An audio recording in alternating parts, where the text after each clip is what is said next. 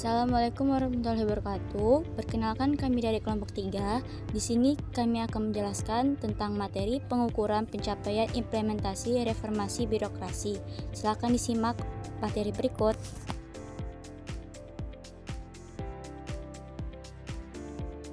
Pendahuluan.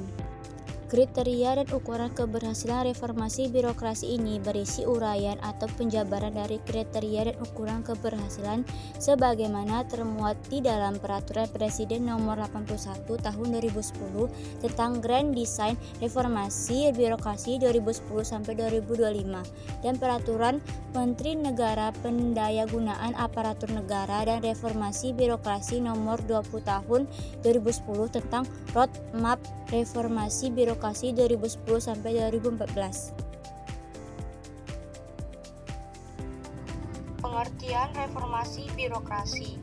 Reformasi birokrasi adalah proses perubahan yang dilakukan secara terencana, terstruktur, dan berkelanjutan untuk meningkatkan kinerja, akuntabilitas, dan kualitas pelayanan publik yang diberikan oleh aparatur sipil negara atau ASN dan lembaga pemerintahan.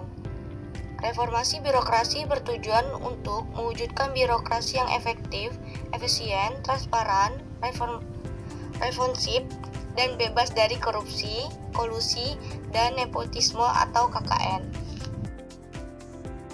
Tujuan reformasi birokrasi adalah untuk menciptakan pemerintah yang bersih, efektif, efisien, dan melayani masyarakat dengan baik. Secara umum, reformasi birokrasi bertujuan untuk 1. Mewujudkan tata kelola pemerintah yang baik atau government. 2. Meningkatkan kualitas pelayanan publik. 3. Meningkatkan efektivitas dan efisiensi birokrasi. 4. Mencegah dan memberantas korupsi, kolusi, dan nepotisme atau KKN. 5. Meningkatkan kinerja aparatur sipil negara atau ASN. 6. Mewujudkan kelembagaan efektif dan adaptif. 7. Mendukung pembangunan nasional. Prinsip pengukuran pencapaian reformasi birokrasi. Yang pertama, ada spesifik. Indikator yang digunakan harus mampu menyatakan sesuatu yang khas atau unik dalam menilai kinerja keberhasilan reformasi birokrasi. Yang kedua, measurable. Indikator yang dirancang harus dapat diukur dengan jelas, memiliki satuan pengukuran, dan jelas pula cara pengukurannya. Yang ketiga, actionable. Indikator yang dipilih harus dapat dicapai oleh kementerian atau lembaga dan pemerintah daerah. Yang keempat, relevan.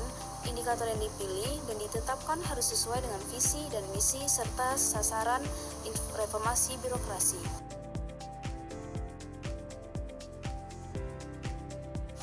Metode pengukuran pencapaian reformasi birokrasi bertujuan untuk menilai sejauh mana perubahan dalam birokrasi telah meningkatkan kinerja pemerintahan. Pengukuran ini dilakukan menggunakan berbagai metode dan indikator, baik yang bersifat kuantitatif maupun kualitatif. Metode utama yang digunakan yaitu 1. Indeks Reformasi Birokrasi atau RB. Indeks ini dikembangkan oleh Kementerian PANRB untuk mengukur keberhasilan reformasi birokrasi di kementerian, lembaga, dan pemerintah daerah. 2. Evaluasi sistem akuntabilitas kinerja instansi pemerintah atau SAKIP. SKIP mengukur efektivitas perencana dan implementasi kebijakan melalui 1. Keterkaitan antara perencanaan strategis dan kinerja. 2. Pengelolaan anggaran berbasis kinerja. 3. Pencapaian sasaran strategis. 3. Survei kepuasan masyarakat atau SKM. SKM dilakukan untuk menilai kualitas layanan publik yang mencakup aspek keterjangkauan layanan, kecepatan layanan, transparansi dan kemudahan akses, integritas petugas layanan. 4. Penilaian zona integritas atau ZI. Zona integritas terdiri dari wilayah bebas dari korupsi WBK dan wilayah birokrasi bersih dan melayani WBBM. Evaluasi ini mencakup mencegah korupsi, peningkatan kualitas pelayanan, efektivitas tata kelola pemerintahan. 5. Penilaian kinerja organisasi menggunakan Key Performance Indicator atau KPI untuk mengukur kinerja pegawai dan organisasi dalam mencapai target reformasi birokrasi. 6. Audit dan pengawasan eksternal. Lembaga seperti BPK atau Badan Pemeriksaan Keuangan, KPK, Komisi Pemberantasan Korupsi, dan Ombudsman melakukan audit dan evaluasi terhadap transparansi serta akuntabilitas instansi pemerintah. Indikator utama pengukuran pencapaian reformasi birokrasi.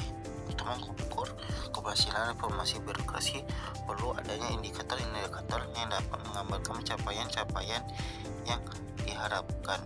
Dari reformasi birokrasi, indikator-indikator tersebut harus bersifat objektif, valid, reliable, dan mudah diukur.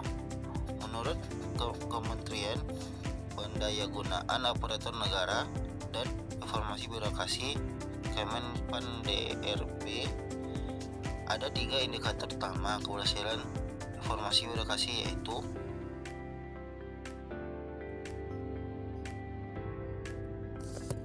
terwujudnya pemerintah yang bersih dan bebas KKN.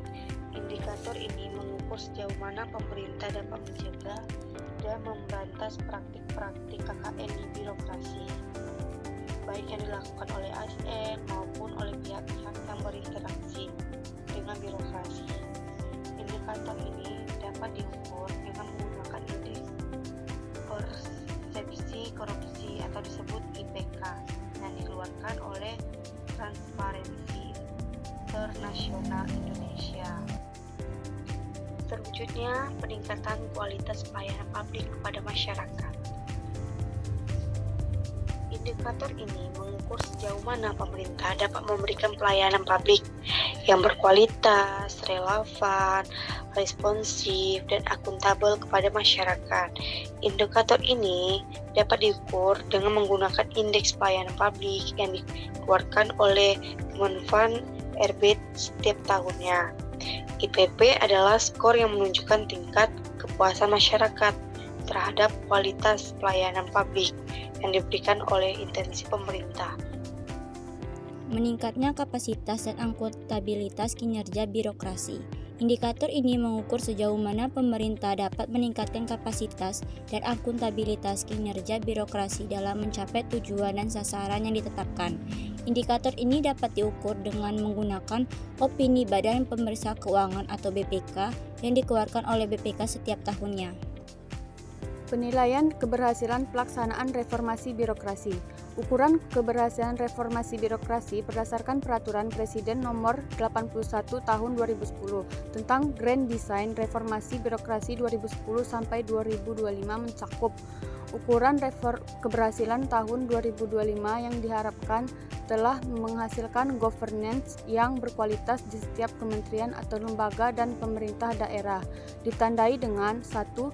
Tidak ada korupsi, 2. Tidak ada pelanggaran, 3. APBN dan APBD baik, 4. Semua perizinan selesai dengan cepat dan tepat, 5. Komunikasi dengan publik baik, 6. Penggunaan waktu 1 jam kerja efektif dan produktif, 7. Penerapan reward dan punishment secara konsisten dan berkelanjutan. Hasil pembangunan nyata. 9. Pengurangan kemiskinan. Kesimpulan, pengukuran pencapaian implementasi reformasi birokrasi sangat penting untuk menilai efektivitas dan efisiensi birokrasi dalam memberikan pelayanan publik. Dengan menggunakan indikator yang tepat dan metode pengukuran yang sistematis, diharapkan reformasi birokrasi dapat berjalan dengan baik dan memberikan manfaat bagi masyarakat. Itulah penjelasan dari kelompok kami. Lebih dan kurang kami mohon maaf. Wassalamualaikum warahmatullahi wabarakatuh. Terima kasih.